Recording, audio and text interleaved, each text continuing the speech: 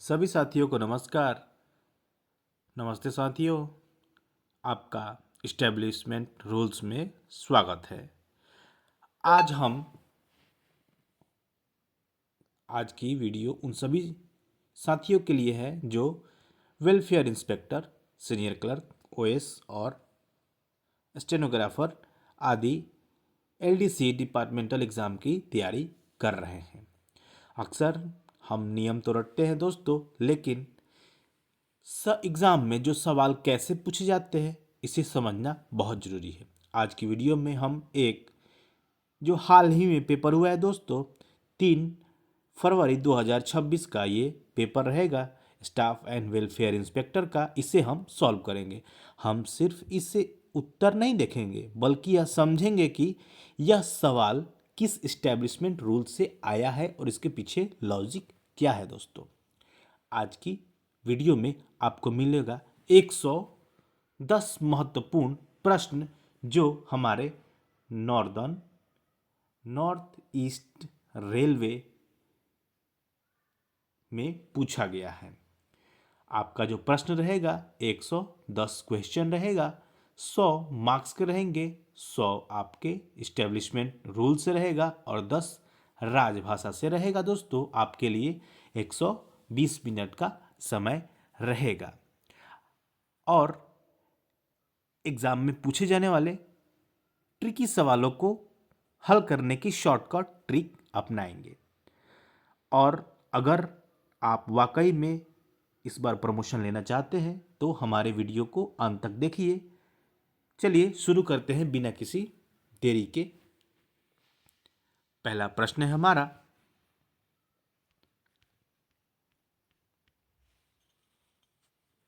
What is the full form of PRAN? What is the full form of PRAN? How many digits does a PRAN number have? Option है, ये है permanent retirement account number 12 digit. तो यानी जो हमारा प्रश्न संख्या ए है वो सही है। ये इसलिए ज़रूरी है दोस्तों कि जैसे कि हम पढ़ते आए हैं अभी तक के एग्ज़ाम में, हमारा एनपीएस अकाउंट होता है दोस्तों, उसमें हमारा प्राण नंबर का जिक्र होता है। तो इसीलिए ये पूछा गया है।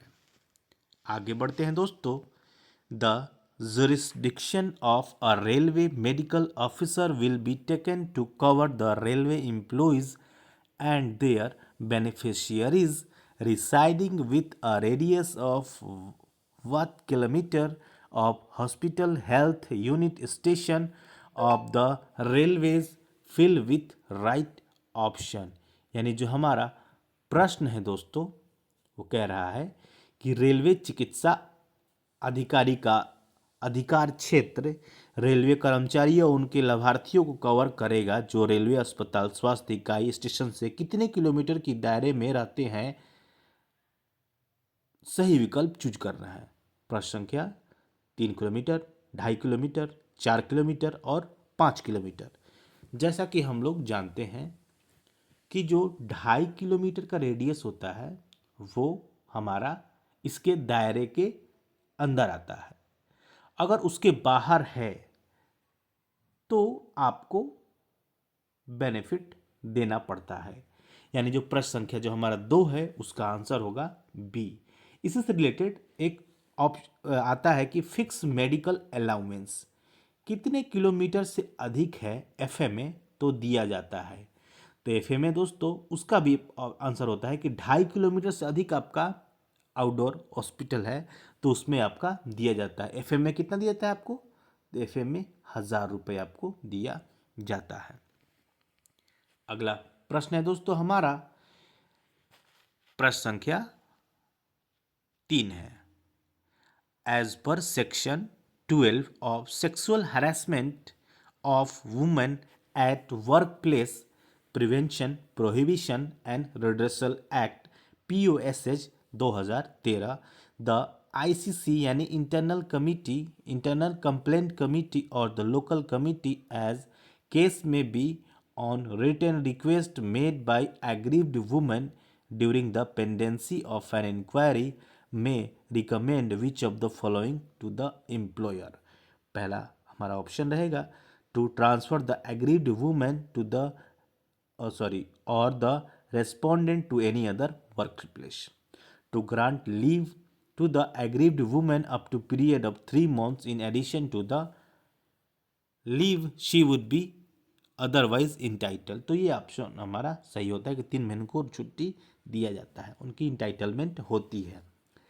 To grant such relief to the aggrieved women as may be prescribed, और ऑप्शन 4 है to transfer the aggrieved women only not the respondent to any other workplace. तो करेक्ट ऑप्शन हमारा चुनना है।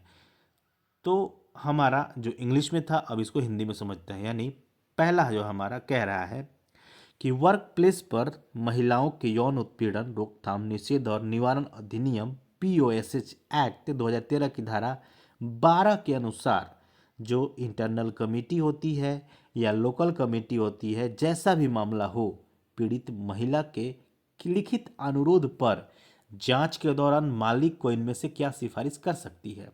पहला ऑप्शन है हमारा पीड़ित महिला या आरोपी को किसी दूसरे वर्क प्लेस पर ट्रांसफर करना। दूसरा ऑप्शन है पीड़ित महिला को 3 महीने तक छुट्टी देना जो उससे वैसा भी मिलने वाली छुट्टियों के अलावा होंगी। तो ये बात आपका 2 नंबर सही है। पीड़ित महिला को ऐसी दूसरी राहत देना जो कि तय की गई हो। सिर्फ पीड़ित महिला को किसी दूसरे वर्क प्लेस पर ट्रांसफर करना, आरोपी को नहीं। तो हमारा ऑप्शन है 1, 2, 3 सही है। None of the given option is correct. तो ये गलत है। All the given option are correct. 2, 3 and 4 correct. यानी जो प्रश्न संख्या जो हमारा दोस्तों 3 है, इस प्रश्न का जो आंसर होगा वो होगा A। 1, 2 and 3 are correct. यानी जो 1, 2, 3 में क्या है कि हमारा पीड़ित महिला हो या आरोपी, जो हमारा पीड़ित है या आरोपी है उसको किसी दूसरे प्लेस पर ट्रांसफर कर देना, पीड़ित महिला को 3 महीने तक की छुट्टी देना और पीड़ित महिला को दूसरी ऐसी राहत देना जो कि तय की गई हो। तो ये सारी चीज़ें होती है। यानी प्रश्न संख्या 3 का जो हमारा आंसर होगा दोस्तों वो होगा A। आगे बढ़ते हैं प्रश्न संख्या 4 की तरफ। प्रश्न संख्या 4 है हमारा द रूल 24 सब rule 3 chapter 16 of occupational safety health working condition code 2020। ये जो हमारे न्यू लेबर कोड आए हैं ये उससे पूछा गया है। Safety health working condition SHW condition code जो हमारा 20 में आया है OSHW, उसमें कहा है कि provision facility for creche for use of children under the age of 6 years of employees at suitable location wherein how many or more workers are ordinarily employed in a factory। Occupational safety health and working condition code 2020 के chapter 4 का नियम 24 का 3 यह जरूरी बनाता है कि कर्मचारियों के 6 साल से कम उम्र के बच्चे के इस्तेमाल के लिए सही जगह पर क्रेच की सुविधाएं दी जाए, जहां एक फैक्ट्री में आमतौर पर कितने या उससे अधिक कर्मचारी कार्य करते हो। ऑप्शन है 50। Non of the given option is correct 40 and 30। यानी प्रश्न संख्या जो हमारा 4 है दोस्तों उसका आंसर होगा A। पहले जो हमारा फैक्ट्री एक्ट था उसमें 30 थी कंडीशन, जो हमारा मैटरनिटी बेनिफिट एक्ट था उसमें 50 था। तो जो हमारा जो वर्तमान में जो हमारा 4 लेबर कोड लागू हो गया है तो उसमें जो हमारा occupational safety health and working condition code 2020 है उसमें जो चैप्टर 4 है उसका जो रूल 24 का जो सब रूल 3 है वो कहता है कि जहां 50 वुमेन या उससे अधिक कर्मचारी कार्य करते हो तो वहां पर एक क्रेच का व्यवस्था होनी चाहिए। प्रश्न संख्या जो 5 है, GEM वाज लॉन्च्ड। GEM का जो फुल फॉर्म होता है दोस्तों, गवर्नमेंट ई यानी इलेक्ट्रॉनिक मार्केट प्लेस, को कब लॉन्च किया गया था? ऑप्शन है 9 अगस्त 2016, 15 अगस्त 2017, 1 जनवरी 2018 और 26 जनवरी 2018। यानी प्रश्न संख्या जो हमारा 5 है दोस्तों, उसका आंसर होगा ए, 9 अगस्त 2016। Section 3 of establishment, section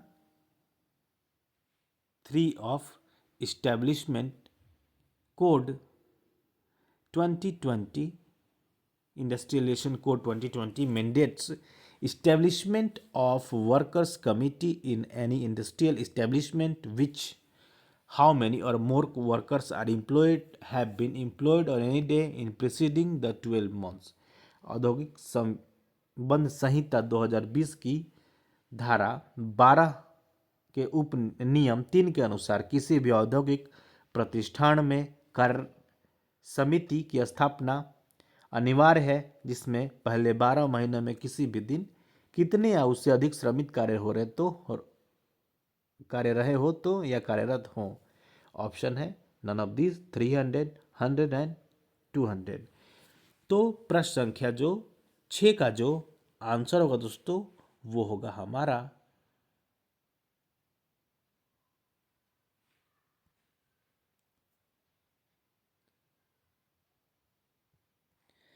C, 100। इसको बढ़ा करके 300 कर दिया गया है। नेक्स्ट क्वेश्चन है, एज पर सेक्शन 22 सब rule 2A of industrial relation code 2020, an employer of an industrial establishment shall not lock out any of his workers without giving a notice of lockout within how many days before locking out। औद्योगिक संबंध संहिता 2020 की धारा 62A के अनुसार किसी औद्योगिक प्रतिष्ठान का नियोक्ता अपने किसी कर्मचारी को तालाबंदी की सूचना तालाबंदी से पहले कितने दिन दिए बिना तालाबंदी नहीं करेगा। ऑप्शन है 60 दिन, 30 दिन और 45 दिन या नॉन ऑफ द एबव। यानी जो हमारा प्रश्न संख्या 7 है दोस्तों, उसका आंसर होगा सी, 30 दिन यानी 1 महीना। L shape roster is, L आकार का रोस्टर क्या होता है? 14 point, 13 point, 18 point and none of the above. जहां दोस्तों कैडर 2 या 14 या 14 से कम होता है तो वहां पर एल शेप रोस्टर लागू होता है। यानी प्रश्न संख्या जो हमारा 8 का ए है आंसर। इसलिए है दोस्तों ये रिजर्वेशन रोस्टर तो 200 पॉइंट पे तो इम्प्लीमेंट हो जाता है। छोटी जब सीटें होती है, जहां 2 सीटें हैं, जहां 4 सीटें हैं, वहां रिजर्वेशन कैसे लागू होगा? तो वहां रिप्लेसमेंट रोस्टर लागू होता है दोस्तों। रिप्लेसमेंट रोस्टर यानी 3 यूआर की सीटें, फिर एक रिजर्व कैटेगरीज, फिर 3 यूआर की सीटें, फिर एक रिजर्व कैटेगरीज, ऐसे ऐसे करके रिप्लेसमेंट रोस्टर जो हमारा पैनल है उसको रिप्लेस किया जाता है। जो 200 जो पॉइंट होता है उसमें फिक्स्ड होता है कि इस पॉइंट पर ये कैटेगरी के लोग आएंगे, लेकिन जहाँ 2 सीटें हैं, जहाँ 3 सीटें हैं, वहाँ कैसे तय होगी? तो वहाँ रिप्लेसमेंट रोस्टर लागू होता है। तो यही ये प्रश्न का मतलब है। नेक्स्ट क्वेश्चन है हमारा प्रश्न संख्या 9। The government central government had introduced the UPS with effect from, केंद्र सरकार ने यूपीएस यानी यूनिफाइड पेंशन सर्विस यानी यूनिफाइड पेंशन स्कीम को जो लागू किया था वो किस तारीख से लागू किया है? 1/4/2024, 1/1/2024, 1/4/2025 और 1/7/2025। यानी प्रश्न संख्या जो 9 का आंसर होगा वो होगा सी, 1 अप्रैल 2024। जो हमारा प्रश्न है संख्या 10, regulatory body for NPS is, NPS के लिए नियामक निकाय क्या है? PFDRA, PFRDA, SB, SEBI and none of the above. तो pension fund regulatory development authority जो होती है वो एनपीएस की रेगुलेटेड इकाई है। यानी प्रश्न संख्या 10 का जो आंसर होगा वो होगा ए। इन UPS government additional contribution to collective corpus is, UPS में सरकार का सामूहिक कोष में अतिरिक्त योगदान किस प्रकार है? 4%, 10%, 8.5% और 14%। इन UPS government additional contribution to collective corpus, देखिए खेल क्या है इसमें। 10% इम्प्लॉय देगा बेसिक प्लस डीए से, 14% देगा एम्प्लॉयर, और कॉर्पस को आपका कलेक्टिव कॉर्पस को एडिशनल कंट्रीब्यूशन 8.5% गवर्नमेंट देगी। यानी प्रश्न संख्या जो हमारा 11 है दोस्तों, इसका आंसर होगा सी, 8.5%। Under NPS, a subscriber can claim 100% withdrawal if the accumulated corpus is less than what at the time of superannuation attaining age of 60s। NPS के तहत अगर सुपरएनुएशन 60 साल की उम्र होने के समय कुल जमा कॉर्पस कितना से कम है तो सब्सक्राइबर 100% विड्रॉल क्लेम कर सकता है। प्रश्न संख्या जो हमारा 12 है दोस्तों, उसका ऑप्शन है 2 लाख, 5 लाख, 7 लाख और 8 लाख। यानी प्रश्न संख्या जो हमारा 12 का जो आंसर होगा दोस्तों वो होगा बी। अगर 5 लाख से कम है तो वो 100% क्लेम कर सकता है। Under the following rate are the condition of conditional withdrawals, NPS के तहत कंडीशन विड्रॉवल की शर्तें किस प्रकार है? Subscriber should be NPS system for 3 years, withdrawal amount will not exceed 25% of the contribution made by the subscriber, withdrawal is allowed only against the specific reason, all of the above। यानी प्रश्न संख्या जो हमारा 13 है दोस्तों, इसका answer होगा D. देखिए उसमें नियम क्या है, घर बना रहे हैं तो ले सकते हैं, आप अपनी बेटी का शादी कर रहे हैं तो ले सकते हैं। ये एक स्पेसिफिक रीज़न हो गया जो ऑप्शन सी को सही करता है। ऑप्शन बी कह रहा है कि 25% ही निकाल सकते हैं, तो ये भी सही है। और ऑप्शन ए है कि एनपीएस जो सब्सक्राइबर है उसको 3 साल तक की सेवा में होनी चाहिए, तो ये भी सही है। यानी प्रश्न संख्या जो 13 है हमारा वो इसका आंसर होगा डी। जैसा कि हम लोग एनपीएस से शासित होते हैं और जो यूपीएस है वो एनपीएस अंडर यूपीएस है, इसलिए इस प्रश्न का पूछा जाना था। और जो वेलफेयर इंस्पेक्टर होते हैं उनका एक काम होता है कि पेंशनरी बेनिफिट या सेटलमेंट को क्लियर करना, इसलिए प्रश्न को पूछा गया है। अगला प्रश्न है दोस्तों, RTI act 2005 mandates that information has to be given within, यानी आरटीआई एक्ट 2005 के अनुसार जानकारी इतने समय के अंदर ही देनी होती है। तो ऑप्शन है 30 days, 45 days, 60 days and 90 days. यानी प्रश्न संख्या जो हमारा 14 है, एज पर आरटीआई एक्ट उसमें आपको 30 दिन के अंदर में जवाब देनी होती है। अगला प्रश्न है दोस्तों,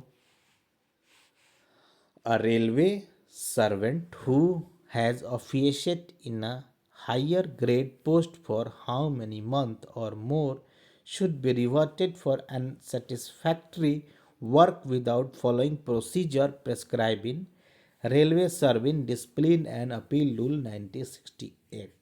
कह रहा है प्रश्न कि एक रेलवे कर्मचारी जिसने कितने महीने या उससे अधिक समय तक ऊंची ग्रेड या पोस्ट पर काम किया है तो उससे railway servant discipline and appeal rule 1968 में बताए गए प्रोसीजर को फॉलो किए बिना खराब काम के लिए डिमोट नहीं किया जाना चाहिए।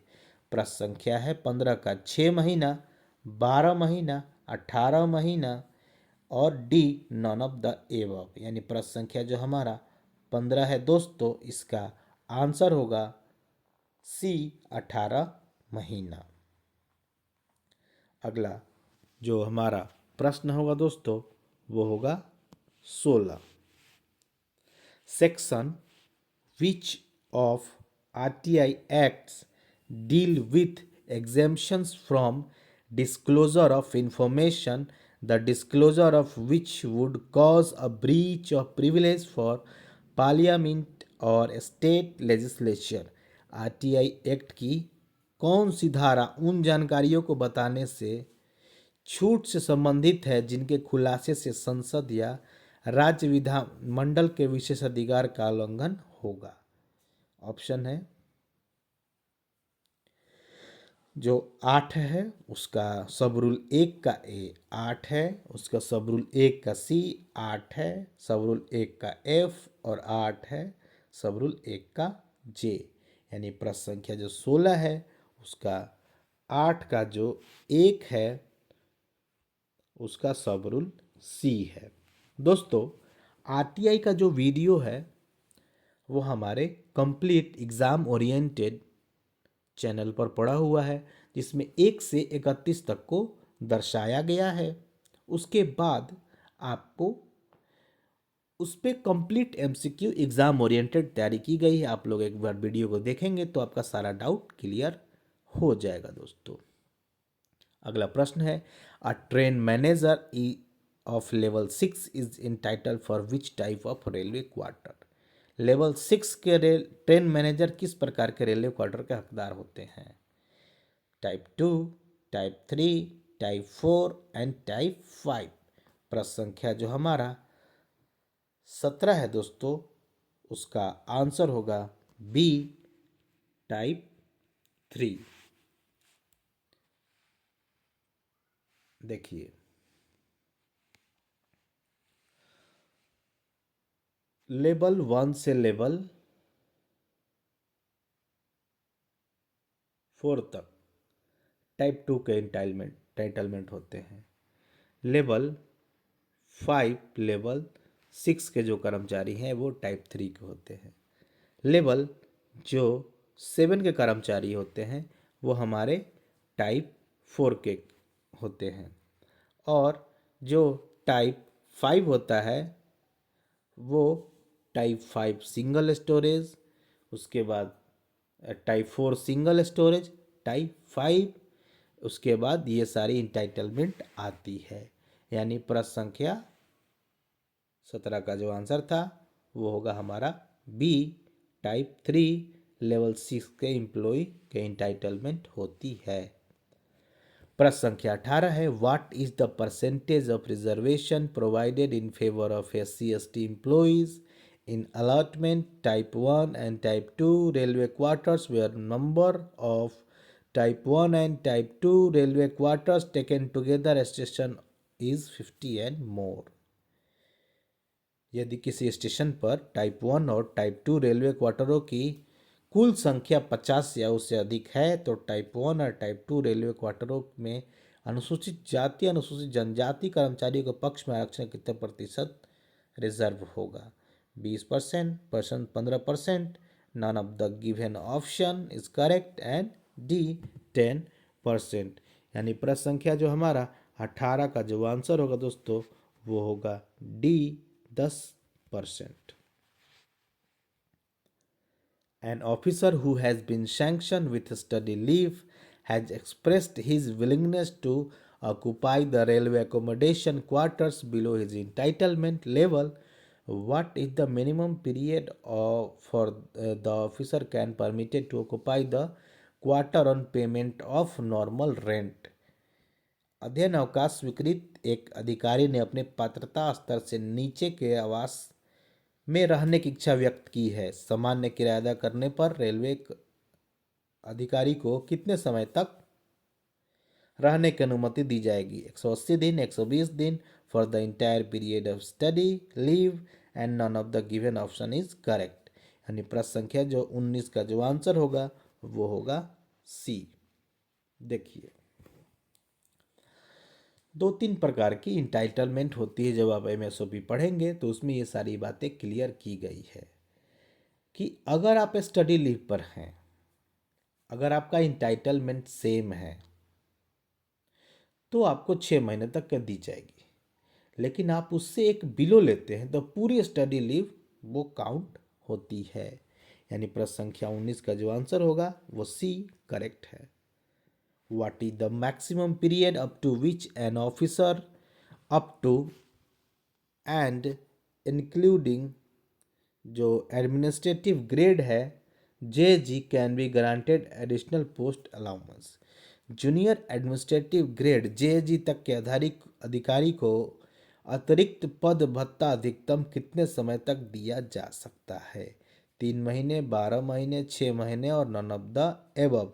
यानी प्रश्न संख्या जो हमारा 20 है दोस्तों, इसका आंसर होगा 6 महीने तक दिया जा सकता है। प्रश्न संख्या 27 है, which section of RTI act 2005 define information. सूचना का अधिकार अधिनियम 2005 की कौन सी धारा सूचना को परिभाषित करती है? Section 2A, section 2D, section 2F and D।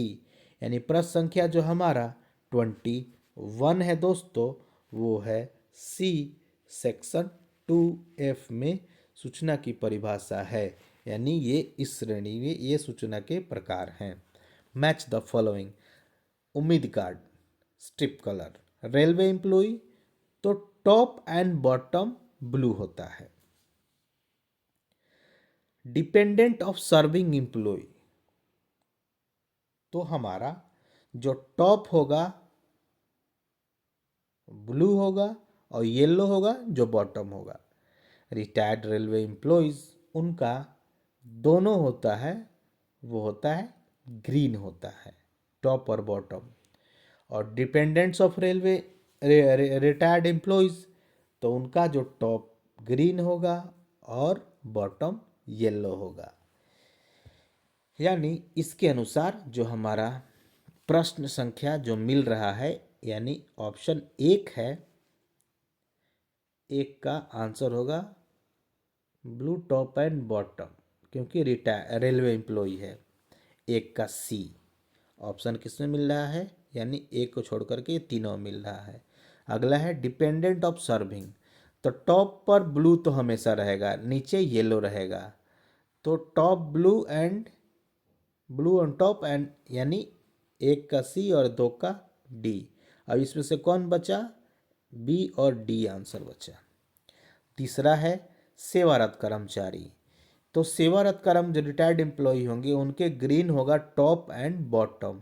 यानी प्रश्न संख्या जो हमारा 3 का आंसर निकलेगा सी और 4 का हो जाएगा आपका डी।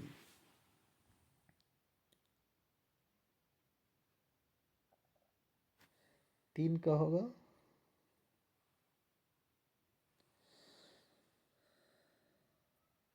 प्रश्न संख्या जो 22 है, और डिपेंडेंट्स ऑफ रेलवे एम्प्लॉय तो रिटायर्ड एम्प्लॉय जो डिपेंडेंट्स क्या होंगे तो ऊपर उनका ग्रीन होगा और नीचे में येलो होगा। यानी 4 का आंसर होगा बी। यानी 1 का सी, 2 का डी, 3 का ए और 4 का बी। यानी प्रश्न संख्या 22 का जो आंसर होगा वो होगा बी दोस्तों। देखिए, जो रेलवे कर्मचारी है उसका टॉप एंड बॉटम ब्लू होगा आप अपना उम्मीद कार्ड देखेंगे तो आपको समझ में आएगा। उसकी जो कलर देखेंगे, जो पट्टी है ब्लू वाली, वो आपको दिखाई जाएगी। तो उसमें क्या होगा, ऊपर और नीचे नीला होगा। सेवारत के जो आश्रित कर्मचारी होंगे तो टॉप पे तो ब्लू रहेगा, लेकिन बॉटम में आपका येलो हो जाएगा। तो ऊपर नीला होगा और नीचे पीला होगा। आगे बढ़ते हैं दोस्तों।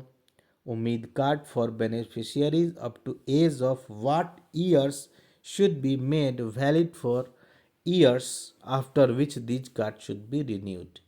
किस साल तक की उम्र के लाभार्थियों के लिए उम्मीद कार्ड को कितने साल के लिए वैलिड बनाया गया जाना चाहिए, जिसके बाद इन कार्ड्स को रिन्यू किया जाना चाहिए। प्रश्न संख्या जो हमारा 23 है दोस्तों, उसका ऑप्शन है ए 15 और 10, यानी 15 साल के बच्चियों को और कितने साल के लिए वैलिड किया जाना चाहिए। तो बी 15-15, सी 15-5 और डी 5-15, यानी प्रश्न संख्या जो 23 है उसका आंसर होगा दोस्तों, क्या होगा कि 15 साल के उम्र तक के लाभार्थियों को उम्मीद कार्ड 5 साल के लिए वैलिड होता है। 5 साल के बाद आपको रिन्यू कराना पड़ता है। यानी प्रश्न संख्या जो हमारा 23 का जो आंसर होगा वो होगा दोस्तों सी। प्रश्न संख्या 24 है दोस्तों, railway servants must complete eight least how many years of services to become eligible for assistance for the education of their children। Railway कर्मचारियों को अपने बच्चों की शिक्षा के लिए सहायता पाने के योग्य होने के लिए कम से कम कितने साल की सेवा पूरी करनी होगी। प्रश्न संख्या 24 है ए 3, 5 और नन ऑफ दीज, यानी प्रश्न संख्या 24 का जो आंसर होगा वो होगा डी, ऐसी कोई सर्विस पास करने की आवश्यकता, क्वालिफाइंग सर्विस नहीं है। नेक्स्ट क्वेश्चन है, minimum years, how many years of qualifying services in the railway will be necessary for joining of the RELHS retired employee liberalised health scheme 1997। योजना में शामिल होने के लिए रेलवे में न्यूनतम कितने वर्षों की अर्हता सेवा होनी आवश्यक है। तो 33, 30, 20 एंड 10, यानी प्रश्न संख्या जो हमारा 25 है दोस्तों, इसका आंसर होगा सी, 20 वर्ष होनी आवश्यक है। 20 वर्ष का यूज और होता है आपका PRCP के लिए इंटाइटलमेंट होता है, और 20 वर्ष जो होता है आपका VRS के लिए जरूरी होता है दोस्तों। 10 वर्ष है वो आपका पेंशन के लिए जरूरी होता है, और जो 33 वर्ष होता है वो मैक्सिमम आपका ग्रेचुइटी का कैलकुलेशन होता है। नेक्स्ट क्वेश्चन है 26।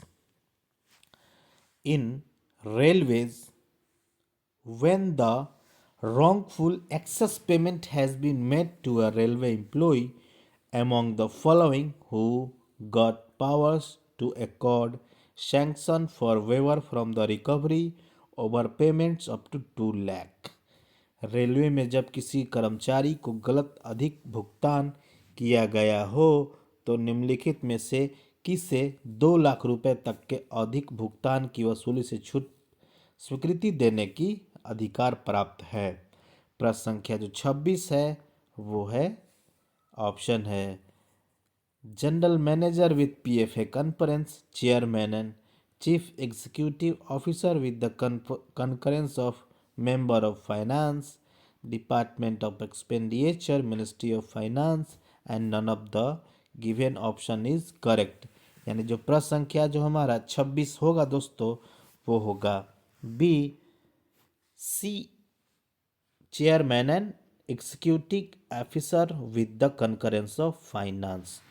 2 लाख की बात है, ये हमारा MSFO से प्रश्न आया हुआ है। काफी अच्छा प्रश्न आया हुआ है दोस्तों। If a railway servant dies while in service, death gratuity shall be paid to family members if the qualifying services is 20 years or more. Which of the following emoluments is payable?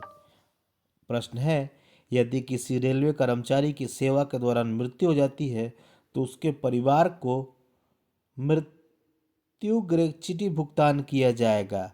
यदि वह 20 वर्ष या उससे अधिक है तो निम्नलिखित में कौन सा पारस्परिक श्रेय देय होगा?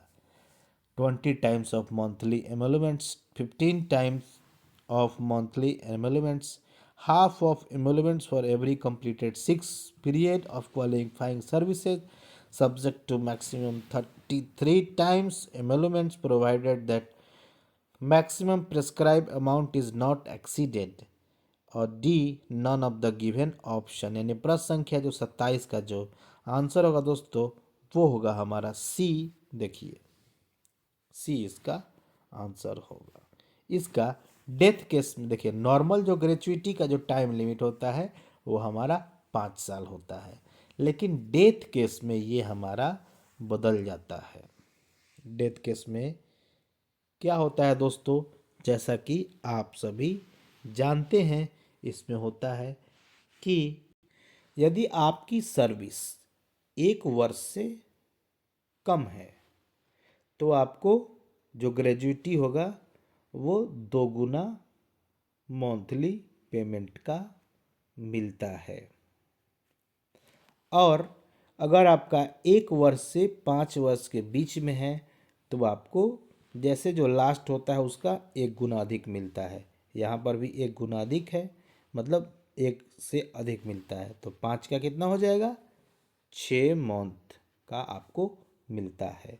और जो 5 से 11 के बीच में अगर आपकी मृत्यु होती है, 5 साल की सर्विस है और 11 से कम है तो आपको 12 गुना मंथली का मिलता है। और 11 से 20 के बीच में है तो आपको 20 गुना मिलता है। लेकिन 20 से अधिक है तो आपको 33 वर्ष का मिलता है। यानी जो दोस्तों हमारा प्रश्न में कहा है कि 20 वर्ष या उससे अधिक है, तो इसलिए जो प्रश्न संख्या जो हमारा सी है वो हाफ जो 6 मंथ कंप्लीट होगा और 33 महीना मैक्सिमम का ये मिलेगा। प्रश्न संख्या जो हमारा 28 है दोस्तों, the amount of ex gratia lump sum compensation, यानी 1/1/2016 तो 25 lakh for the death due to accident acts of violence by terrorist anti social elements, और 35 lakh for the death occurring in border skirmish action against militants while performing duty in specified altitude, natural disaster, etc. and 40 lakhs for death during enemy action in war. Choose the correct option. तो जो हमारा option A है सही है, option B है सही है और ऑप्शन सी गलत है। यानी प्रश्न संख्या जो हमारा 28 है दोस्तों, इसका आंसर होगा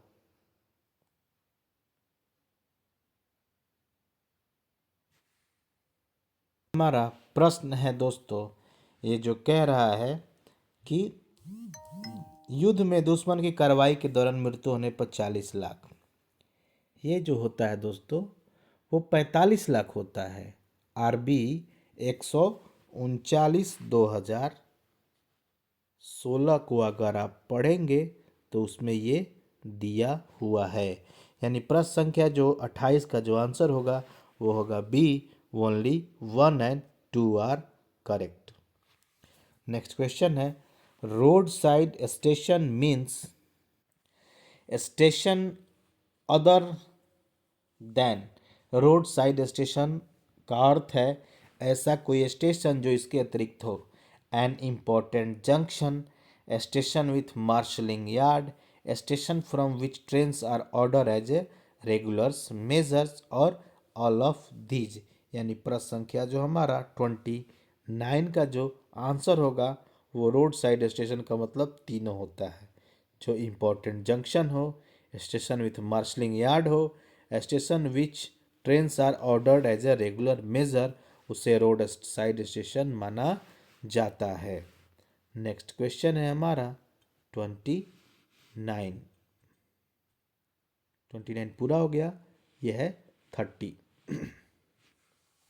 standard duty hours for intensive staff, गहन प्रशिक्षण कार्य करने वाले कर्मचारियों के लिए मानक घंटे क्या है।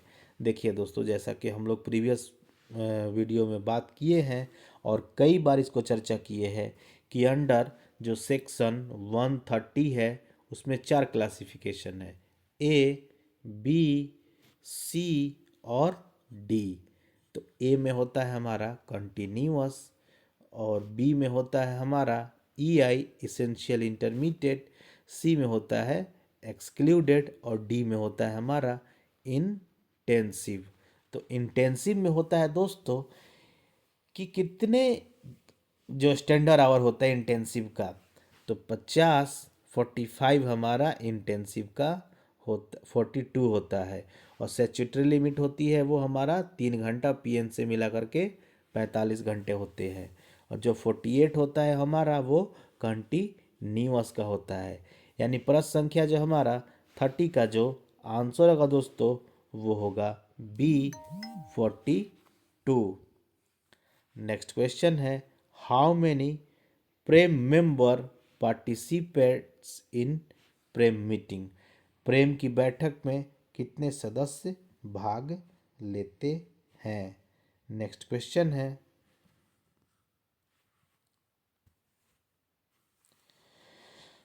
ऑप्शन है 4 मेंबर्स ईच रिकॉग्नाइज्ड यूनियन,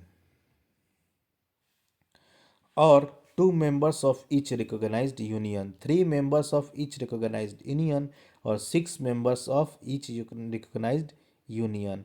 यानी प्रश्न संख्या जो हमारा 31 है दोस्तों, इसका आंसर होगा ए 4 members of each recognized union।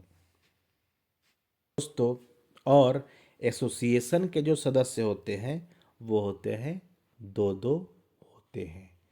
और दोस्तों आरपीएफ के भी सदस्य होते हैं वो होते हैं 2, और जो ओबीसी के सदस्य भी होते हैं वो भी होते हैं 2, इसमें भाग लेते हैं। प्रेम जो हमारा है उसका फुल फॉर्म होता है परमानेंट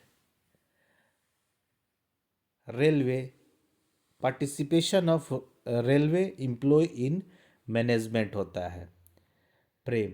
ये पहले दोस्तों 1972 में सीईजी के नाम से जाना जाता था।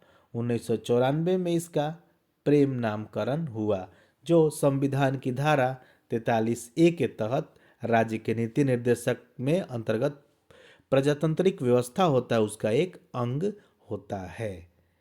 दोस्तों ये 3 स्तर पर होता है, रेलवे बोर्ड स्तर पर, जोन स्तर पर और डिवीजन स्तर पर ये होता है। दोस्तों आगे बढ़ते हैं, प्रश्न संख्या 32 को देखते हैं।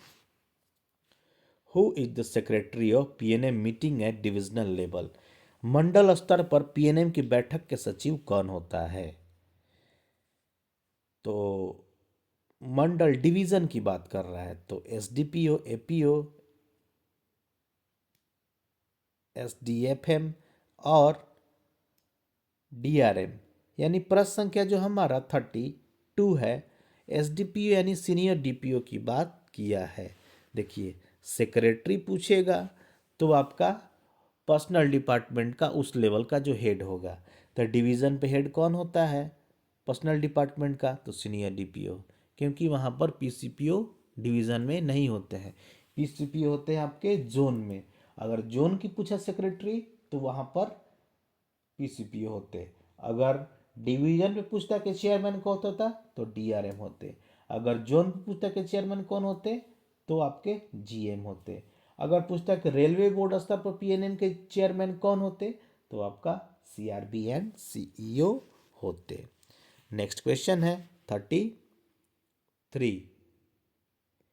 इन national pension system an employee contributes what while the employer contributes of the monthly salary। राष्ट्रीय पेंशन प्रणाली में कर्मचारी मासिक वेतन का कितना हिस्सा योगदान करता है जबकि नियोक्ता कितना हिस्सा योगदान करता है। प्रश्न संख्या जो हमारा 33 है उसका ऑप्शन ए है 9.5%, 10%, 10%, 10%, 10.5%, 11%। तो दोस्तों क्या होता है कि एम्प्लॉय तो आपका 10% करता है लेकिन एम्प्लॉयर 14% करता है। यानी प्रश्न संख्या हमारा 33 है, उसका आंसर होगा डी। नेक्स्ट क्वेश्चन है the suspension of a railway servant may be reviewed within 90 days from the date of suspension। ठीक है, पहला ऑप्शन सही है। A suspended railway servant will be continued to treated under suspension even when he reported sick। Railway कर्मचारी की निलंबन की समीक्षा निलंबन होने की तिथि से 90 दिनों के भीतर की जा सकती है, की जानी चाहिए। रेल कर्मचारी को बीमार होने पर भी निलंबित ही माना जाएगा। तो ऑप्शन कौन सा सही है? Only 1 is correct, only 2 is correct, both are correct and both are incorrect. यानी प्रश्न संख्या जो हमारा 34 है उसका आंसर होगा सी कि दोनों सही है। बीमार हो तो भी उसे सस्पेंड ही माना जाएगा।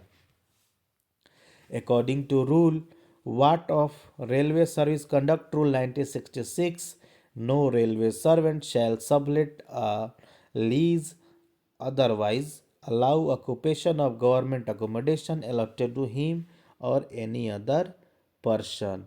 यानी जो हमारा प्रश्न संख्या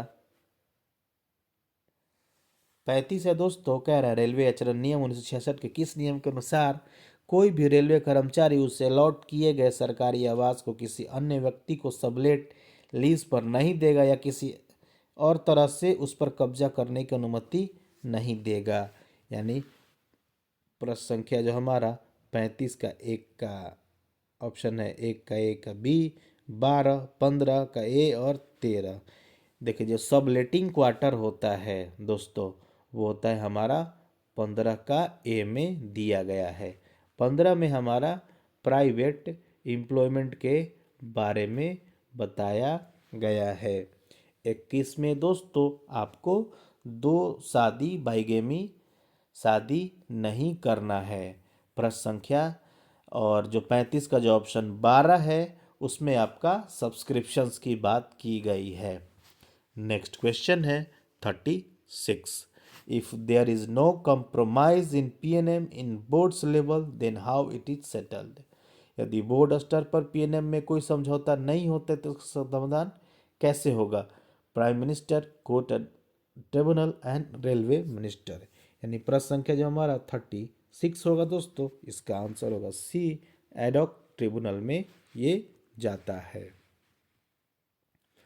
और एडॉक ट्रिब्यूनल में आपके जो उच्च न्यायालय के या सर्वोच्च न्यायालय के सेवानिवृत्त मुख्य न्यायाधीश होते हैं, प्रशासन और कर्मचारी की प्रतिनिधि की संख्या बराबर होती है, वहाँ ये सम्मिलित होता है। अगर वहाँ पर अस्वीकृत हो जाता है तो 1 वर्षों तक वो पुनः निर्णय में नहीं लाया जा सकता है। अगर निर्णय हो गया है तो उस पर 2 वर्षों तक वो मैटर पुनः निर्णय में नहीं लाया गया है। और एडहॉक ट्रिब्यूनल का जो ऑर्डर होता है उसको रेलवे बोर्ड स्वीकार भी कर सकता है या अस्वीकार भी कर सकता है। प्रश्न संख्या जो हमारा 37 है, railway servant hours of worker and period of rest rule were notified by the ministry of railways in which year. Railway कर्मचारी काम के घंटे और आराम की अवधि नियम रेल मंत्रालय द्वारा किस वर्ष अधिसूचित किए गए थे? तो 1962, 1972, 2005 एंड 2006। यानी प्रश्न संख्या जो हमारा 37 का जो आंसर होगा hour of work and period of rest rule 2005 में ये फ्रेम किया गया था। नेक्स्ट क्वेश्चन है 38। What is the full form of DO? तो डीओ हम लोगों ने कई बार पढ़ा है, इसका आंसर होता है डेमी ऑफिशियल। यानी प्रश्न संख्या 38 का जो आंसर होगा वो होगा बी। अगला प्रश्न है 39। 39 प्रश्न है दोस्तों, performance of SC/ST employees who are promoted under the best among failed scheme is to be reviewed within which durations, यानी असफल कर्मचारियों में सर्वश्रेष्ठ को चुनने की योजना के तहत पदोन्नत किए गए अनुसूचित जाति अनुसूचित जनजाति कर्मचारियों के प्रदर्शन की समीक्षा कितने समय बाद की जाएगी। ऑप्शन है 3 महीने, 12 महीने, 15 महीने और 6 महीने। यानी प्रश्न संख्या जो हमारा 39 है दोस्तों, इसका आंसर होगा डी 6 मंथ। नेक्स्ट क्वेश्चन है आपका, when a railway employee proceeds on duty for 8 hours and the 8 kilometer from his headquarter, the rate of TA admissible will be, यानी जब कोई रेलवे कर्मचारी अपने मुख्यालय से 8 किलोमीटर के भीतर 8 घंटे की ड्यूटी पर जाता है तो उसे कितने मिलने वाली भत्ता की दर क्या होगी। देखिए इसमें 3 तरह से होते हैं, 4 तरह से। पहला होता है कि अगर आप 6 घंटे से कम की समय के लिए आप जा रहे हैं 8 किलोमीटर से अधिक की दूरी में, तो आपको 30% मिलता है। और 6 से 12 घंटे की आपकी ड्यूटी है तो उसमें 70% मिलता है। और जो 12 घंटे से अधिक की होती है उसमें 100% आपको दिया जाता है। अगर चेंज ऑफ रेसिडेंस नहीं है, नहीं नोट, ये इसमें कोई ये ऐसा नहीं होता है। 8 किलोमीटर से अगर कम की दूरी पर जाते हैं तो आपको कोई टीए नहीं दिया जाएगा। यानी प्रश्न संख्या जो हमारा 40 है वो कह रहा है 8 किलोमीटर के भीतर 8 घंटे की ड्यूटी पर जाते हैं तो उससे कोई टीए नहीं दिया जाएगा, क्योंकि 8 किलोमीटर से अधिक जाते तो उन्हें टीए दिया जाता 70%। लेकिन 8 किलोमीटर के भीतर है तो प्रश्न संख्या 40 का जो आंसर होगा वो होगा डी।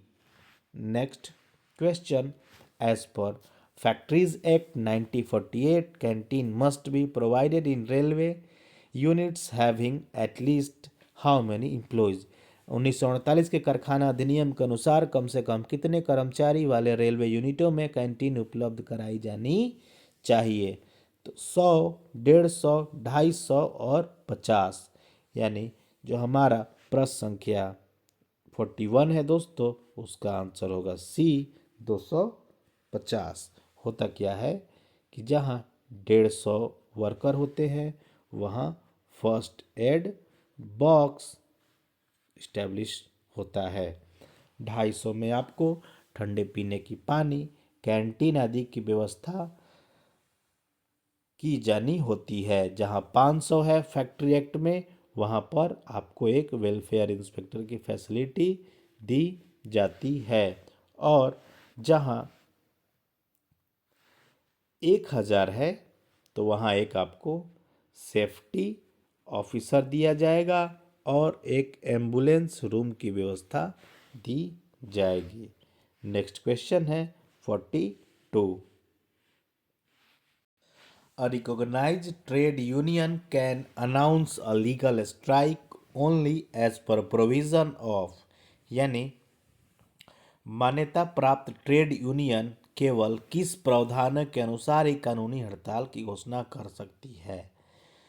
तो फैक्ट्री एक्ट में फैक्ट्रीज की चर्चा की गई है, पेमेंट वेजेस एक्ट में पेमेंट की चर्चा की गई है, इंडस्ट्रियल डिस्प्यूट एक्ट में डिस्प्यूट की चर्चा की गई है। तो आपका स्ट्राइक कब होगा, लीगल स्ट्राइक, जब वो कोई डिस्प्यूट के कारण होता है। क्वेश्चन है दोस्तों, with which of the following joining time not be combined. निम्नलिखित में से किसके साथ ज्वाइनिंग टाइम को नहीं जोड़ा जा सकता। LAP, LHAP, CL and none of this. यानी प्रश्न संख्या जो 43 है दोस्तों, वो आप जानते हैं, इसका आंसर होगा सी, कैजुअल लीव के साथ ज्वाइनिंग टाइम को जोड़ा नहीं जाता है। Commissioner of railway safety is under which ministry. रेल सुरक्षा आयुक्त किस मंत्रालय के अधीन होता है। तो rail ministry, ministry of civil aviation, ministry of home affairs, ministry of defence. यानी प्रश्न संख्या जो हमारा 44 का जो आंसर होगा वो होगा दोस्तों B, ministry of civil aviation. Next question है 45 is a selection committee for departmental promotion who among the following can be one grade junior to other members। विभागीय पदोन्नति के लिए गठित चयन समिति में कौन सा अन्य सदस्यों में से एक कनिष्ठ सदस्य हो सकता है? Departmental officer, personal officer, officer representing SC/ST weaker sections और नन ऑफ द एबव। यानी प्रश्न संख्या जो हमारा 45 का जो आंसर होता है वो होगा, देखिए जनरल कंडीशन में तो नहीं होता है, लेकिन जहाँ पर ऐसा कोई उस डिपार्टमेंट का आदमी बचा ही ना हो तो एक लोअर ग्रेड का डाउन सीनियर स्केल का कर दिया जाता है। यानी प्रश्न संख्या 45 का जो आंसर होगा वो होगा बी।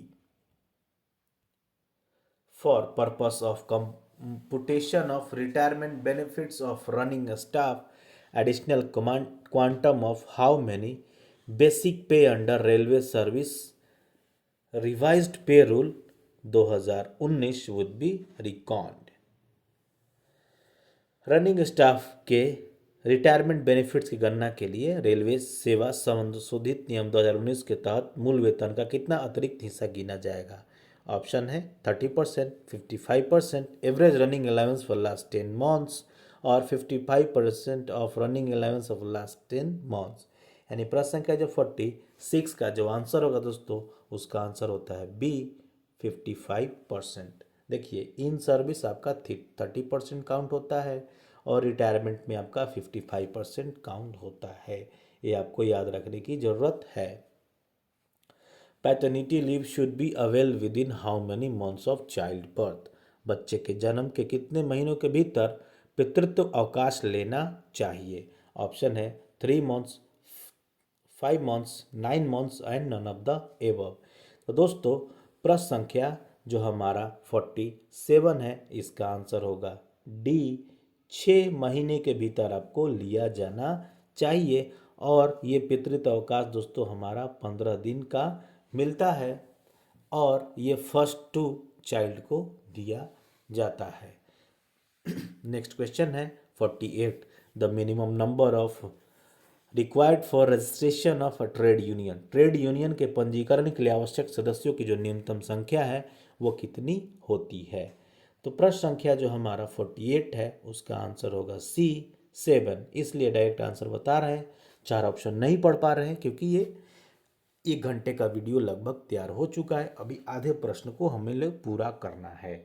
आपको जो इम्पोर्टेंट पॉइंट्स है वो आपको हम लोग बताते चलेंगे और ये मेरा मानना है कि आपको एक सीमित समय में 110 क्वेश्चन कराने का दायित्व होता है, क्योंकि जो हमारे नया प्रश्न है शुरू के प्रश्न काफ़ी कठिन थे, लेंदी थे, तो इसलिए ये समय पढ़ने में लगा हुआ है। दोस्तों 7 प्रश्न तो आपके ऑफिसर होते हैं, ऑफिस बियरर होते हैं और आपका मिनिमम 100 सब्सक्राइबर होना चाहिए या उस इस्टेब्लिशमेंट का 10% होना चाहिए।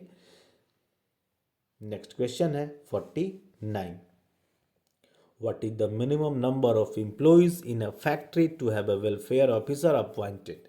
किसी फैक्ट्री में वेलफेयर इंस्पेक्टर की नियुक्ति के लिए कम से कम कितने कर्मचारी नियुक्त होना चाहिए? तो 250, 350, 400 और 500। यानी प्रश्न संख्या जो 49 का जो आंसर होगा वो होगा डी 500। लेकिन जो हमारा यार्ड स्टिक पर्सनल का आया है उसमें कहा है कि जो PU यानी प्रोडक्शन यूनिट और जो हमारा हेड क्वार्टर है वहाँ पर 200 एम्प्लॉय पर एक आपका वेलफेयर इंस्पेक्टर अपॉइंट किया जाएगा। लेकिन जहाँ पर वर्कशॉप है, ओपन लाइन की जहाँ बात की गई है, जहाँ वर्कशॉप है और जहाँ डिवीज़न है वहाँ पर आपको 1000 एम्प्लॉय पर एक आपको वेलफेयर इंस्पेक्टर देने की बात की गई है। तो ये रहा आपके प्रश्नों से संबंधित अपडेट। यानी प्रश्न संख्या जो 49 का जो आंसर होगा वो होगा डी 500, क्योंकि ये फैक्ट्री एक्ट की बात कहा है। फैक्ट्री एक्ट में ऐसे बदलाव की अभी नया अपडेटेड रूल नहीं आया है। Securities matters are described in which part of MSOP 2018।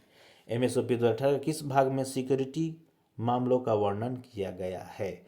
जो हमारा प्रश्न संख्या जो 50 है दोस्तों, उसका आंसर होगा, टोटल जो हमारा एसओपी है वो 7 पार्ट में बटा हुआ रहता है। तो हमारा जो पहला पार्ट ए है दोस्तों, वो है आपके वर्क से रिलेटेड। बी है दोस्तों, वो है आपका मेडिकल डिपार्टमेंट से रिलेटेड। और सी है वो है मिसलेनियस है। और डी है दोस्तों, वो आपका स्टोर से होता है। और ई होता है दोस्तों, वो आपका कमर्शियल सेक्टर से होता है। और जो एफ होता है वो हमारा इस्टेब्लिशमेंट सेक्शन से होता है। और जी होता है दोस्तों, वो होता है आपका सिक्योरिटी से होता है। यानी जो प्रश्न संख्या 50 है उसमें यही पूछा है कि सिक्योरिटी मैटर्स है वो एसओपी के किस भाग में वर्णन किया गया है। यानी प्रश्न संख्या जो 50 का आंसर होगा वो होगा सी। आगे बढ़ते हैं दोस्तों प्रश्न संख्या 51 की तरफ। प्रश्न संख्या 51 को देखते हैं। देखिए, एमएसओपी का लगभग 200 प्रश्न तैयार किया जा रहा है, काम चल रहा है। जैसे ही होगा उसकी एक एमसीक्यू आपको अपडेट कर दी जाएगी पूरी वीडियोस में। नेक्स्ट क्वेश्चन है, under which article of constitution of India and SLP against CAT order of CAT can be filed. अब तक जितना क्वेश्चन एसएलपी के रिलेटेड आया है, तो मैं आपको हमेशा यह रिमाइंड दिलाता हूं दोस्तों कि भारत के संविधान के अनुच्छेद किसके तहत कैट के आदेश के खिलाफ एसएलपी दायर की जा सकती है। तो ऑप्शन है 226, 227, 136, 14 और 16। यानी प्रश्न संख्या जो 51 है उसका आंसर होगा बी 136 के अनुसार एसएलपी दायर की जाती है। वो कहाँ? सुप्रीम कोर्ट में दायर की जाती है। नेक्स्ट क्वेश्चन है, what is the standard form use for deemed suspension. Deemed suspension के लिए प्रयुक्त मानक प्रपत्र क्या होता है? SF5 होता है, वो हमारा मेजर पेनाल्टी के लिए होता है। SF1 हमारा इमीडिएट सस्पेंशन के लिए होता है। और SF2 हमारा डीम्ड सस्पेंशन के लिए होता है। और SF4 हमारा रिवोकेशन यानी सस्पेंशन को रद्द करने से लिए होता है। यानी प्रश्न संख्या 52 का जो आंसर होगा वो होगा सी SF2। नेक्स्ट क्वेश्चन है, work programme is prepared under demand number. Work programme की तैयारी मांग संख्या किसके आधार पर की जाती है? प्रश्न संख्या जो हमारा 53 है दोस्तों, उसका ऑप्शन है 17, 14, 16 और 22।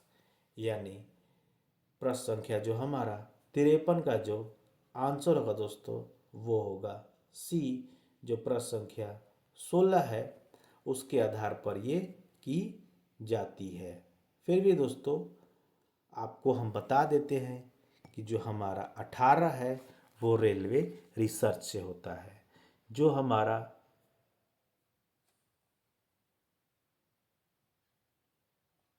प्रश्न संख्या जो हमारा 53 का जो आंसर होगा वो होगा सी।